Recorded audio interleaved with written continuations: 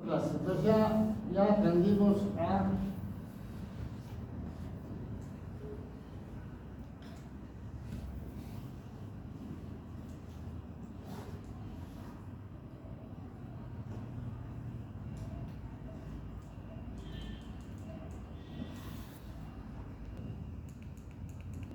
bien, cuando hablamos de hematomas intracerebrales, otra patología que habitualmente con frecuencia se presenta en la práctica hospitalaria. Entonces, cuando entremos al hospital, vamos a enfrentarnos a dos cosas en la parte del cuerpo: paciente con deterioro neurológico, con un déficit neurológico, y lo que tenemos que diferenciar es si el paciente tiene un ACV isquémico o un ACV hemorrágico.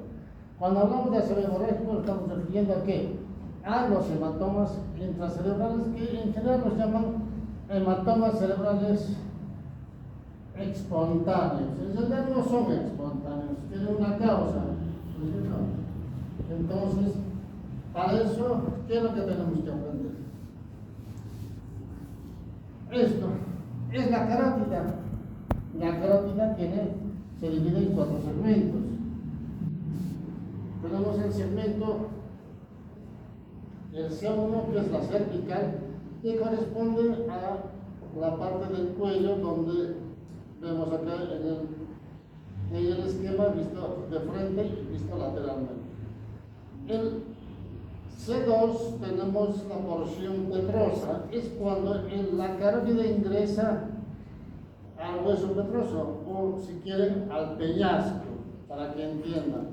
Entonces va a recorrer una especie de S, ¿no es cierto? ¿Hasta dónde? Hasta que ingresa al cerebro, ¿no es cierto?, en la zona del seno cavernoso. Entonces ese segmento se llama porción cavernosa. Entonces la porción cavernosa, a partir de ahí, ya está dentro del cerebro. Entonces dentro del cerebro, esta es el C4, se llama supraclinoideo. ¿Por qué? Porque en este segmento tenemos dos eminencias, una clinoides anterior y una clinoides posterior. Entonces, justo por encima de la clinoides anterior está, ¿no es cierto?, este segmento, que es el C4, que es la porción supraclinoidea.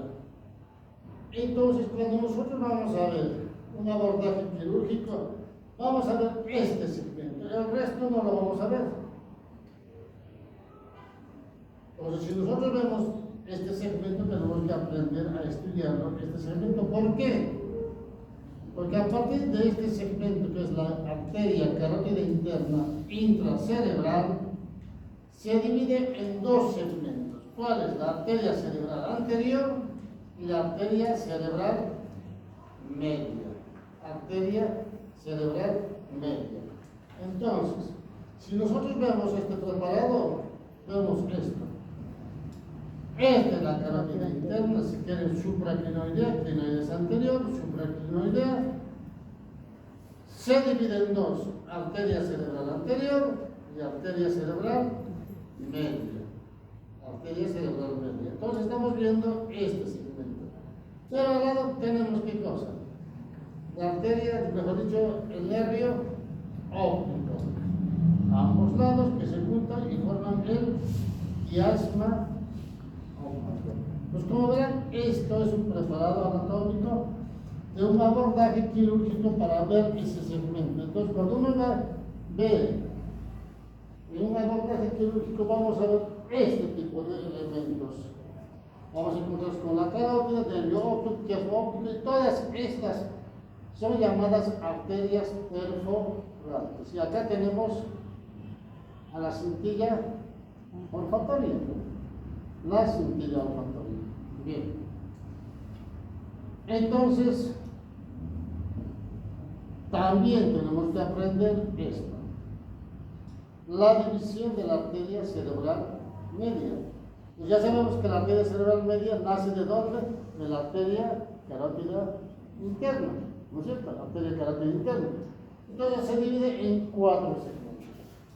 El M1, que es el segmento esfenoidal, abajo, cerca de los esfenoides. El segmento insular M2, esta es toda la ínsula. Entonces recoge por ahí el M2. El segmento opercular es el momento en que hace un codo para salir a la corteza, opérculo. Entonces hay segmento opercular y tenemos al segmento cortical, estas arterias que vemos en la corteza cerebral. Entonces ya tenemos a la arteria cerebral media, que también se divide en 4 porciones. El M1 es el segmento esfenoidal. M2 tenemos al segmento insular. M3 al segmento opercular y el M4 tenemos al segmento cortical, ¿no es cierto? El segmento cortical. Entonces ya sabemos cómo está llegado, cómo llega la irrigación o la circulación desde la carótida hasta la corteza cerebral, ¿no es cierto? Bien, ahora vamos a ver uno por uno. El segmento M1 es este. Segmento esfenoidal, es este segmento, desde donde la división de la carótida hasta la rodilla, donde va a ingresar a la ínsula. Entonces tenemos el segmento M1, ¿no es cierto? Ahora, si nosotros vemos el M2, esta es la rodilla, todo esto es el segmento esfenoidal, porque, ¿no es cierto? Digo, insular, mejor dicho. ¿Por qué? Porque esta es la ínsula. Ustedes saben que la ínsula está cubierto en la corteza cerebral, no lo vemos. Tenemos que abrir la cisterna silviana, desplegar y recién vemos a la ínsula. Entonces tenemos ahí el M2. El segmento 3, que es el segmento opercular, es esto. Vemos acá, es un preparador anatómico solamente para mostrarnos este segmento. Todo el segmento que va a subir para llegar a la corteza. Entonces, este es el segmento M3. O sea, no vamos a tocar el resto de los elementos. Lo que nos interesa es tocar esto. Tenemos el segmento M1, M2 y M3. Todo esto. Ahora, vemos finalmente M4, esta. Acá ya cortaron la parte de, ¿no es cierto?, de la corteza cerebral para mostrarnos parte de la ínsula, parte de M2, parte de M3, los que van a dar, los que van a subir, y M4. Entonces ya tenemos, ¿no es cierto?, ya vemos, conocemos ahora cómo se corre la arteria cerebral media para dar irrigación a la corteza del hemisferio cerebral. Bien, entonces, un rápido recuerdo, abajo tenemos el esfenoidal, M1, M2, el insular, M3, el opercular, el M4, el cortical. ¿No es cierto?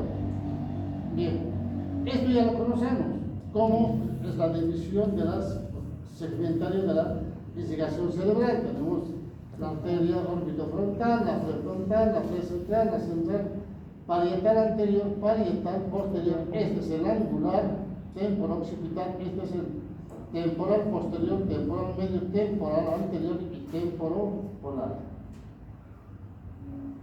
También tenemos que entender que cuando hablamos de hematomas intracerebrales, el sangrado se presenta en diferentes localizaciones y por diferentes causas. Una hemorragia subaracnoidea puede provocar, sí. Una malformación arteriovenosa puede provocar, sí. Un hematoma hipertensivo puede presentar hematoma, sí. Una angiopatía amiloide puede presentar, sí. Un trauma puede presentar, sí. Este Es un ejemplo de una angiopatía amiloide. Este es un ejemplo de un hematoma hipertensivo, lo mismo que este. Este es un ejemplo de un sangrado de una malformación arteriovenosa. Pues fíjense ustedes que hay muchas causas de por qué el cerebro puede estar dañado por un sangrado o por un hematoma. Entonces, cuando hablamos de hematomas, ¿no es cierto? En general nos referimos a estos hematomas que van a sangrar por aumento de la presión fundamentalmente, aumento de la presión. Obviamente dentro de esto, si es una persona adulta, sí tenemos que pensar, pero si es una persona joven, tenemos que sospechar de una malformación arteriovenosa o sangrado de un aneurisma cerebral, ¿no es cierto? ¿Y cuál es la incidencia? Fíjense ustedes, es de 12 a 15 por 100.000 habitantes por año. Y suele manifestarse durante el día. La gran mayoría. Eso no quiere decir que la noche se presente, pero la gran mayoría de los hematomas se presentan en el día, a diferencia de los acervicemios que se presentan más en la noche. ¿No es cierto? En la noche. Ahora, casi todos se relacionan con un aumento de la presión arterial sistémica o del flujo sanguíneo cerebral. ¿Eso qué significa? La gran mayoría de los pacientes que tienen hematomas intracerebrales son hipertensos o les subieron la presión por alguna causa. Entonces, cuando un paciente va a la emergencia con un hematoma, le toman la presión, siempre va a encontrar la presión elevada, la presión arterial elevada, con hipertensión. Entonces, el detalle es que después más adelante hablaremos, digamos, de por qué se presenta esto. La edad en general, ¿no es cierto?, aumenta después de los 55 años. Y implica cada 10 años hasta los 80. ¿Eso qué significa? Que todos pueden tener el riesgo de sangrado, pero cuando llega a esta edad de 55 aumenta más el riesgo. Y cada 10 años duplica el porcentaje de riesgo. Fíjense ustedes que cuanto más edad, más riesgo. Por eso siempre se recomienda, ¿cierto?, que cuando uno es ya de edad avanzada, uno tiene que empezar a cuidarse. Cuidarse significa, digamos, no hacer desmandos, tener la presión arterial más o menos estable, mantener el azúcar más o menos estable, comer una dieta saludable, ¿no es cierto? No estar tan sedentarios, evitar excesos del alcohol, cigarrillos, etcétera, etcétera. Entonces, más frecuente en los hombres, los varones. La raza, en general se ha demostrado que la raza negra y los orientales más la raza blanca son los que más están propensos a este tipo de enfermedad. Gracias a Dios, los latinos tenemos menos riesgo.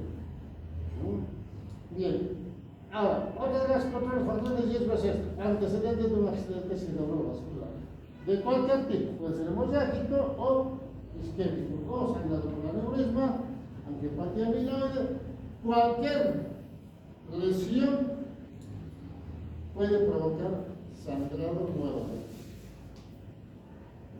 De hecho, se dice que una vez que el paciente se lesionó o sangró una vez, puede sangrar 2, 3 veces o muchas veces más. Va a depender mucho de cómo se cuida el paciente. Ahora, ¿cuáles son los factores de riesgo? Fíjense, es más o menos similar al resto de los estos. El consumo de alcohol, tabaquismo, drogas, disfunciones hepáticas. Consumo de alcohol porque ya sabemos que hay una alteración en la cascada ¿de qué? Coagulación. ¿La cascada de qué? Coagulación. ¿De qué? ¿De qué? De la cascada de coagulación, ¿no es cierto? Tabaquismo, ¿Qué es lo que provoca el tabaquismo? A largo plazo.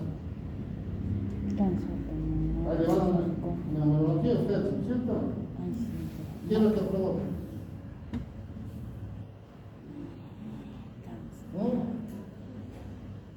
Los fumadores crónicos, 20 años, 30 años de fumar, ¿qué es lo que tienen? ¿Ah?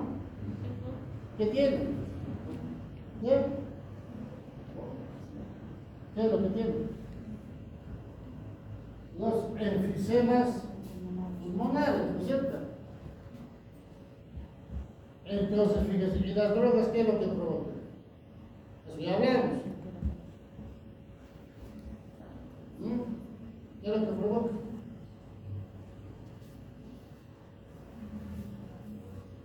Una vasculitis, ¿no es cierto?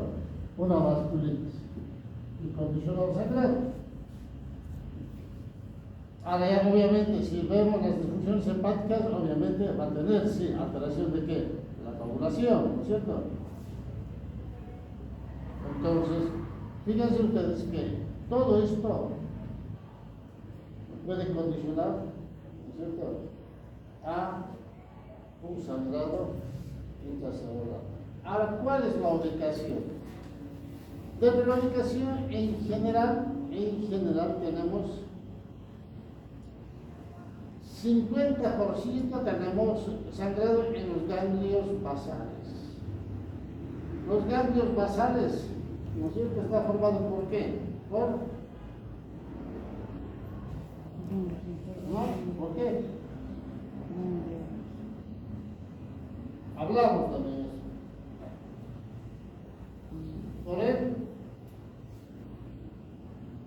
Por el cutáneo y el globus pálido, ¿no es cierto? Entonces acá el mayor porcentaje de sangrado será el cutáneo. Entonces, después viene la cápsula interna y el globus pálido. O sea, todo eso son los ganglios de la base. El 15% son sangrado en el tálamo. Tenemos otros 10% sangrado, ¿no es cierto?, en el puente o protuberancia. Cerebelo tenemos otro 10%. La sustancia blanca, acá tenemos un 20%, y el tronco celular en general, a decir larga, es más bajo, el 1% hasta el 6%, pero es muy bajo, prácticamente muy rara vez se ve un sangrado específicamente del tronco cerebral. Cuando hablamos de hemorragias lobares, esto, ¿no es cierto?, son hemorragias que se ubican ¿dónde? En algún lóbulo. Entonces ustedes saben que el cerebro está dividido por lóbulos: lóbulo frontal, lóbulo parietal, lóbulo temporal, lóbulo occipital, ¿no es cierto?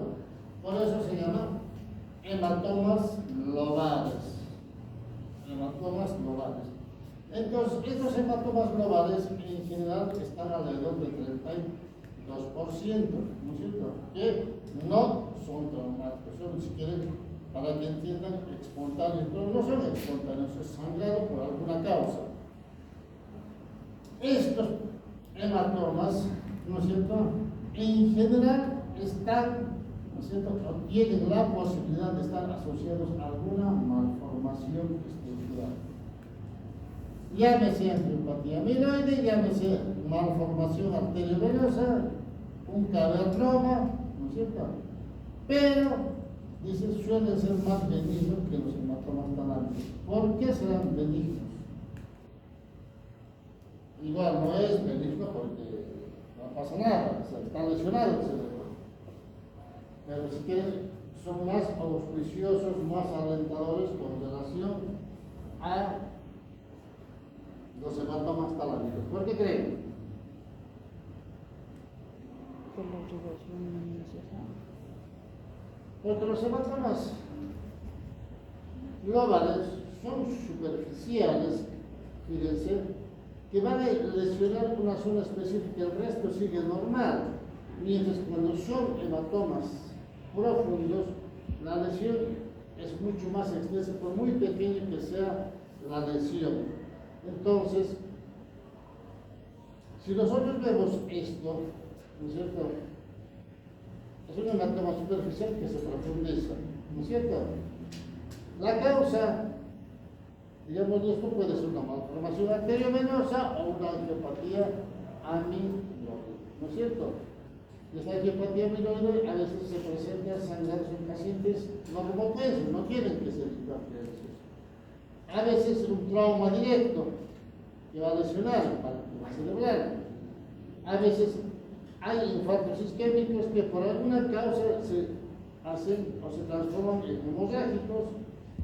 Hay tumores metastásicos que van a sangrar, malformaciones arteriovenosas que están justo en la cortical que también sangran.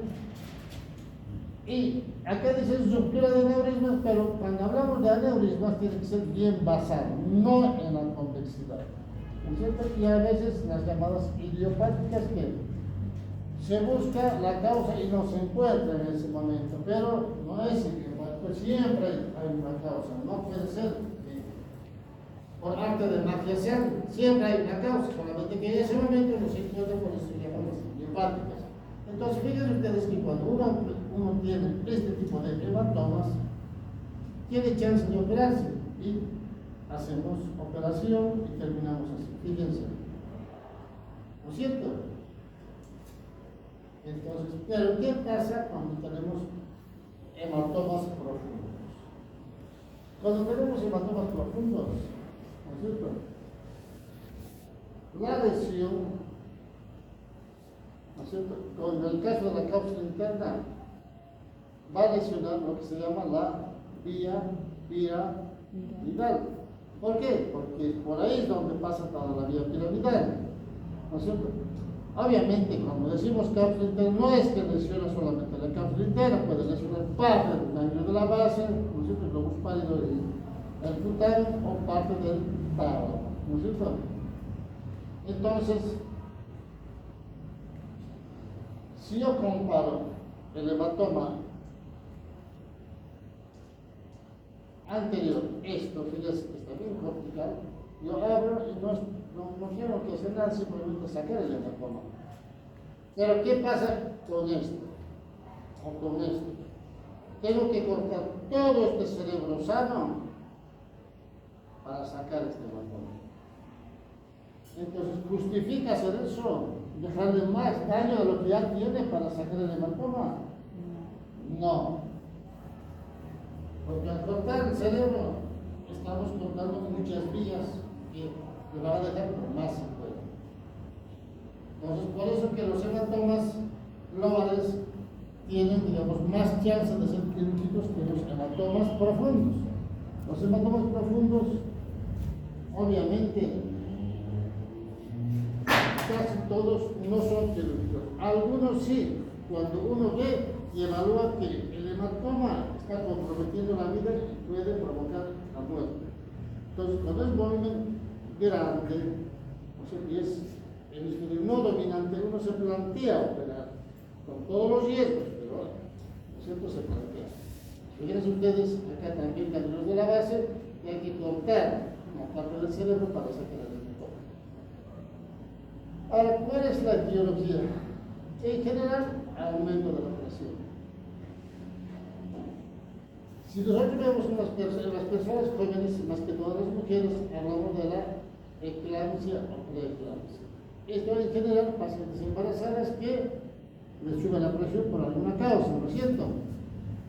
Y estos van a provocar aumento de la presión sistémica y pueden provocar sangrados en la cabeza.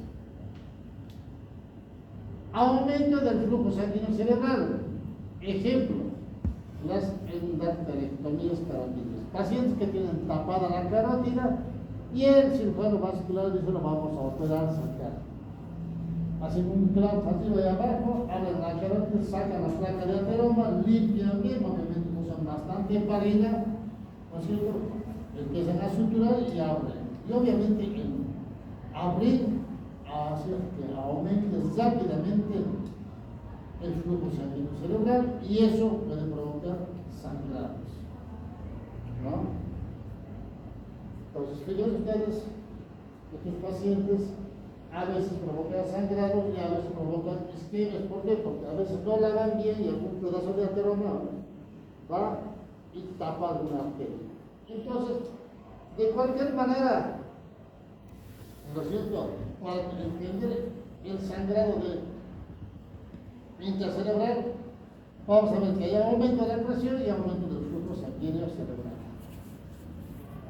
¿Cuáles son las otras etiologías que puede haber? Secundario, ataque de jaqueca. Aquellos pacientes que tienen cefalea, ¿no? O sea, esto se ve más en las mujeres, ¿no? Tengo jaqueca. ¿No? Y a uno ya no le da importancia, porque toda la vida se queja de dolor de cabeza, o porque no quieren hacerse, no quieren salir, o no quieren salir, no, me duele la cabeza. Ahí me duele la cabeza. Un pretexto, me duele la cabeza para no hacer o no salir. ¿No es cierto? Entonces, a veces eso es real, pero como siempre va haciendo eso, ya no cree, la familia no lo cree, pero o sea, el esposo, el novio no lo cree. De pronto sangra. Y probablemente sí tiene un problema de aumento de la presión, alguna causa. Pero como siempre buscaba el pretexto de que me duele la cabeza para no hacer nada, entonces, ¿no es cierto? La jaqueca es una cosa que hay que tomar en cuenta. En realidad la cefalea, no la jaqueca, la cefalea. Ya se los dije que cuando hablamos de cefaleas es importante prestar atención a la cefalea y buscar la causa de la cefalea, ¿no es cierto? Tenemos secundaria a una operación de una malformación arteriovenosa. A veces se operan y a veces no se saca todo, queda un pedazo y ese pedazo puede volver a sangrar. Actividad intensa, esto se ve tanto en los hombres como en las mujeres, ¿no es cierto? Para el gimnasio se recomienda hacer 1 hora de actividad regularmente, algunos dan 1 hora y media, 2 horas, 3 horas, 4 horas, sin parar. O sea que el hacer actividad física en exceso también puede provocar sangrado. ¿Por qué? Por el esfuerzo que uno hace aumenta la presión arterial. El organismo controla, sostiene, regula, pero llega un momento en que ya no puede. Entonces es el momento en que sangra. Exposición al frío. Normalmente cuando hablamos de exposición al frío, no es que digamos nos trasnochamos un viernes en la noche, todas las mujeres bien peladas, ¿no es cierto? Sí, con ropa bien y los hombres con camisa. No, eso no es exposición al frío. Exposición al frío se refiere a estar, no sé, en Bolivia, por ejemplo, en el Salar de Uyuni, 20 grados bajo cero. Eso es exposición al frío. Entonces, esos pacientes pueden tener sangrados intracerebrales más, pues, aún todavía los pacientes son de Cochabamba o de Santa Cruz, pero los que viven en la altura, pues su organismo está adaptado, no pasa nada. Pero los que suben, digamos, de la llanura a los 4.500, 5.000 metros, eso sí, y más exposición a 20, 25, 30 grados bajo cero. Pero si nosotros nos trasnochamos una noche, un viernes en la noche sin ropa, lo único que se agarrará es un resfrío, no sé, menos un sangrado en la cabeza. Entonces, fíjense, cuando hablamos de exposición al frío, nos referimos a cosas extremas. Vasculopatías. Entre las vasculopatías de las malformaciones arteriovenosas, las hemorragias coronarias por aneurisma cerebral y los microaneurismas de Charcot. Todos estos son vasculopatías, alteración del sistema vascular. Arteriopatías como la angiopatía amiloide, que hablamos con los pacientes que se presentan en pacientes ancianos que tienen acúmulo de la proteína beta amiloide y van a provocar sangrados. También tenemos que infecciones del sistema nervioso. Dentro de las infecciones tenemos a las encefalitis herpética fundamentalmente y las infecciones micóticas. Las encefalitis, hay una serie de clasificación de las encefalitis, ¿no es cierto? Pero no todos provocan sangrado. prácticamente casi ninguno, solo las encefalitis ectóricas. También tenemos las trombosis de seno venoso por consumo de alcohol, de droga, o pacientes que hacen mucha actividad física. Entonces, miren ustedes que todo esto son las causas de por qué puede sangrar un hematoma dentro del cerebro. Fíjense la hipertensión como causa del hemorragia intracerebral. Hace rato les decía que cuando vemos un hematoma intracerebral, vamos a ver que los pacientes tienen aumento de la presión. El detalle es que algunos autores dicen que existe una controversia, que sí, ¿no es cierto? Es acertada con creer que la presión es una de las causas del hematoma intracerebral. Algunos dicen que primero sangra y después aumenta la presión como mecanismo de defensa. ¿Para qué? Para que llegue un buen flujo sanguíneo cerebral al cerebro. Y otros dicen no, aumenta la presión y provoca una ruptura, ¿no es cierto?, de los vasos. ¿Para qué? Para provocar el hematoma intracerebral. Los hematomas en general aumentan de acuerdo a la edad avanzada. Ya se los dije que, ¿no es cierto?, conforme avanza la edad, aumenta el sangrado, aumenta también la presión arterial. Y fíjense, el riesgo es relativo de sufrir un hematoma intracerebral sumado a la presión arterial, de un 3 a un 5%. O sea, ¿eso qué significa? Que uno sin tener presión alta también puede tener sangrado.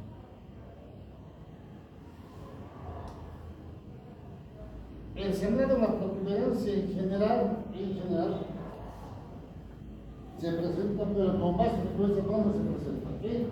Los ganglios de la base, por porcentaje, por ubicación y por incidencia.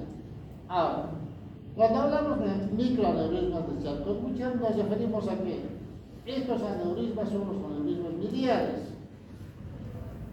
¿Dónde se forman o dónde se presentan? En la división de las arterias lentículo-estriadas.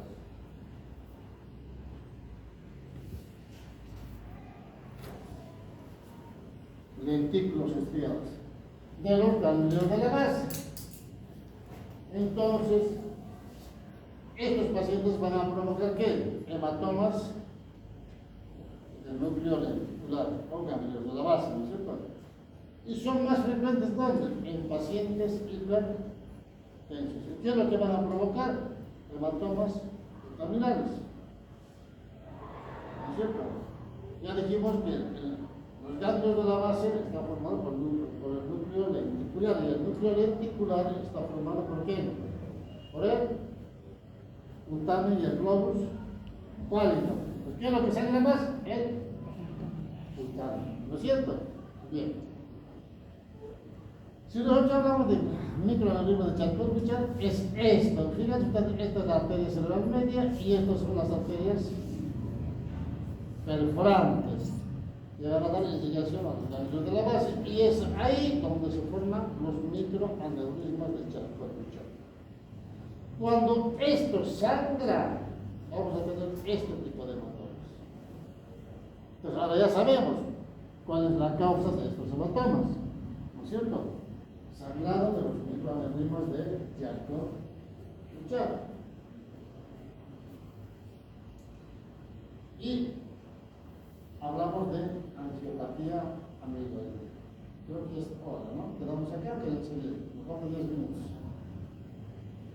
¿Seguimos? Bien, seguimos. Hablamos de angiopatía amiloide. La angiopatía amiloide en general es un depósito normal de la proteína beta amiloide, donde en la túnica media de las arterias corticales. Entonces, este acúmulo de proteína beta amiloide, ¿no es cierto?,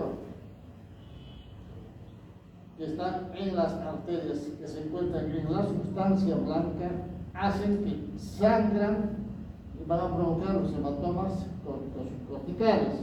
Se presenta más en los pacientes de la tercera edad, ¿no es cierto?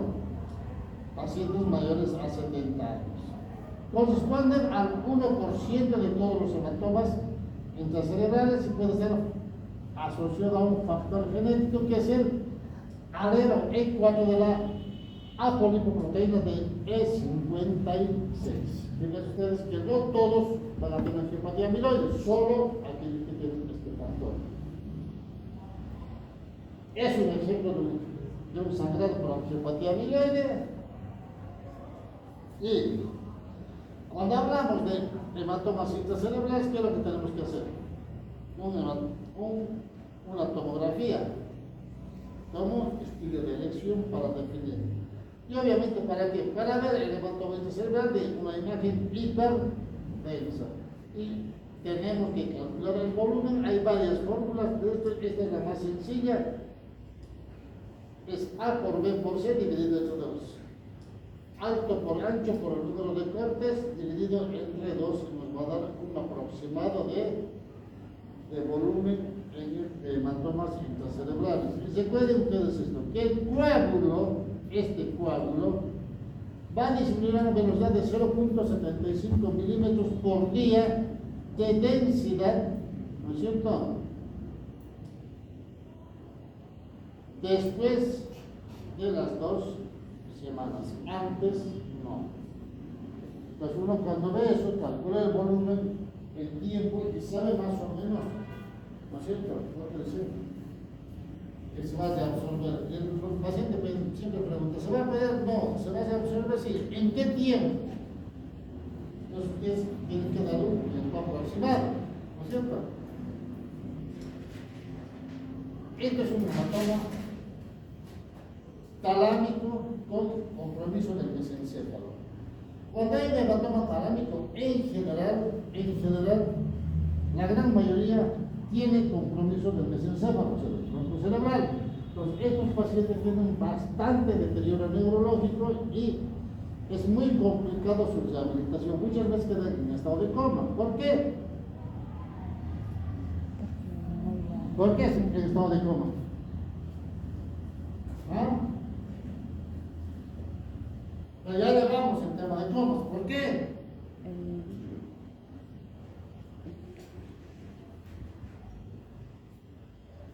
Porque el sistema reticular activador ascendente se encuentra en el tronco cerebral que llega hasta el tálamo, ¿no es cierto?